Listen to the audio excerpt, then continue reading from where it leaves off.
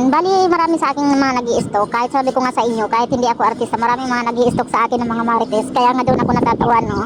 Ayan, bali pag napanood nyo yung video na to, ay doon yung malalaman talaga kung gaano ako naging matapang, gaano ako naging matatag sa hamon ng aking trabaho, no. Bali talagang noon pa man ay pinangarap ko ng makasakay ng eroplano, pangarap ko ng makapagtrabaho sa ibang bansa. Yun yung pinaka-paborito ko na maarating ba. Dati pinapangarap ko lang talaga, tinitingala ko lang yung pagsakay sa eroplano na sabi ko, makasakay kaya ako dyan balang araw. Yun yung talagang pinursigi ko, no, na sabi ko makakasakay din ako dyan balang araw. Ayan, talagang yun yung isa sa mga best experience ko na ayun, na isa sa nakatuparan. Siyempre hindi naman tayo pinanganak na may gintong kutsara na sabi nga nila, no, talagang kailangan natin pagsikapan kung ano man yung dapat nating ma-achieve sa buhay at kung ano man yung gusto natin na na marating, di ba? Bali sa iba napakadali lang, no, napakadali lang na maging experience. Sa kakatawa man para sa iba, no, pagtawanan tayo ng iba dahil sila yung mga nakakaangat sa buhay, no. Yung mga simpleng mga kagustuhan lang natin ay sa iba ay napakaliit lang na bagay, no? Pero para sa atin ang mga mahihirap talaga, no? Ayan, yun yung makaka-relate sa ating kwento na kahit na ultimong pagsakay ng eroplano o kahit na ano pa yan ay talagang pinapangarap natin kasi hindi lahat talaga nakakasakay sa ganyan.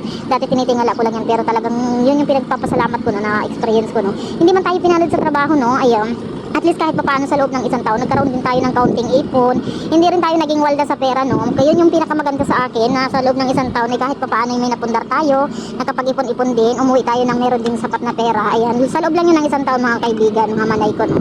Ayan, kahit dito man ako sa Pilipinas magtrabaho, kahit doon sa ibang bansa talagang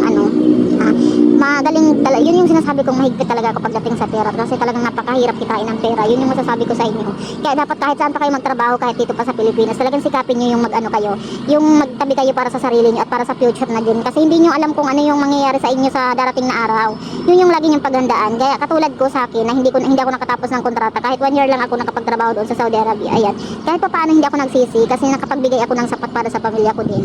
Pero kung ano man, kahit maliit o simpleng bagay, no, kahit pa paano pa-experience ko din sa kanila na kahit pa paano makahawak ng padala, no, ayan, makapagbigay ng gusto nila. Napakasimpleng bagay kahit sa kakaunting panahon, at least kahit pa paano ay napagbigyan ko naman sila, no, kahit na sa mga anak ko. Ayan, bali hindi pa doon natatapos ang ating ang ating sakripisyo para sa kanila. Syempre yun pala yung ay umpisa pa lang, no, ng hamon natin sa buhay, no. Darating yung araw na magkakaroon tayo ng magandang oportunidad, no. Meron kapalit yung ating sinakripisyo na hindi natin i-survive.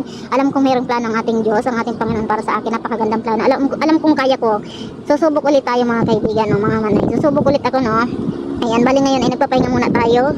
Bali talagang binabawi ko yung grabe yung pinagdaanan ko doon. Bali hindi ko man yun naikwento sa inyo ng sobra kasi ayoko na din maranasan. Talagang as in, napakahirap ng sitwasyong na pinagdaanan ko. Alam niya ng mga nakasama ko. Tapos alam niya nang nakakakilala sa akin kung gaano ako nagsakripisyo at higit sa lahat alam ng Diyos kung gaano talaga ako nagsakripisyo.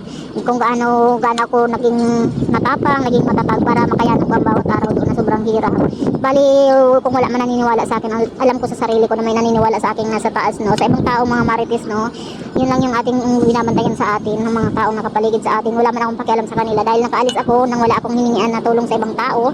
Nakaalis ako ng bali lang sa aking kakayahan at sa aking partner, no, na siyempre nag-provide ng ating allowance, siyempre tapos sa sarili nating ipon, sa sarili nating pera. Wala akong hininga na ibang tao para gastusan ako. At siyempre sa pagod ko lang yon at sa pagod ng aking partner na mabuting partner na lagi akong sinusuportahan kung saan ko man gustuhin pumunta. Kahit pa paano napakaswerte ko sa partner na ganun. Kahit sa financial, napakaswerte ko kasi talagang nag-provide siya ng para sa akin, no. Kahit nga sabihin na nakaalis ako, nakauwi na ako, wala pa rin ako nabigay sa kanya. Wala yung problema sa kanya. Doon talaga napakaswerte ko sa ganung bagay. Ayan. Bali sa mga ko dyan, alam kong maraming mga kamaritisan na mga nag-aabang sa aking kwento. Ayan, yun lang yung masasabi ko sa inyo.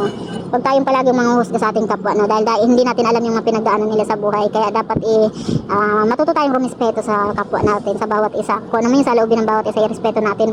Mapamataas man yan o mapababa. Talagang kailangan natin ng respeto sa isa't isa. Ayan, maraming salamat sa inyo mga kaibigan. Ayan.